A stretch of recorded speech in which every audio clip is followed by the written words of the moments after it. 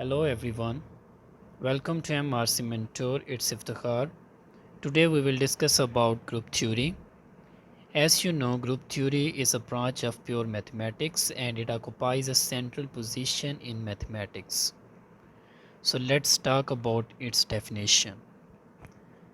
A pair G steric where G is a non-empty set and steric a binary operation in G is a group if and only if the binary operation steric is closed. What does it mean is closed? A steric B should be equal to B steric A for all AB belongs to G. For example, we choose two elements 2 and 3 belongs to G. Then being a group, it is necessary that 2 steric 3 should be equal to 3 steric 2 and it should belongs to the group G. Okay, their product should belongs to the G, and this property is called the closed property of the group. Then the second property is a binary operation steric is associative, that is A steric B steric C should be equal to A steric B steric C for all A B C belongs to G. What does it mean? We will pick three elements from the group and it is necessary for the elements that they possess the property of associativity. Okay, they satisfy this property. And the third property is there is an identity element E belongs to G such that for all A belongs to G, A steric E is equal to E steric A is equal to A. What does it mean? Like, as you know about the steric is a binary operation here. And if we talk about binary operation, then there are two types of binary operation, plus and multiplication. So when we talk about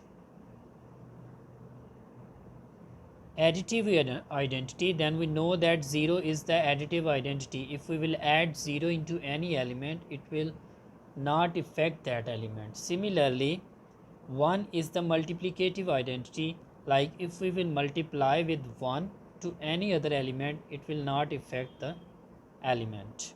Okay, so this is how we can define the identity, means that element which doesn't affect the other element under some certain operations that can be addition or multiplication.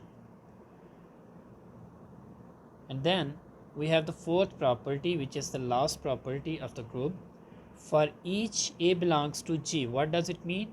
For every element of G, there is an element A prime belongs to G. There should be an element, there exists an element A belongs to G such that A steric A prime is equal to A prime A steric is equal to identity.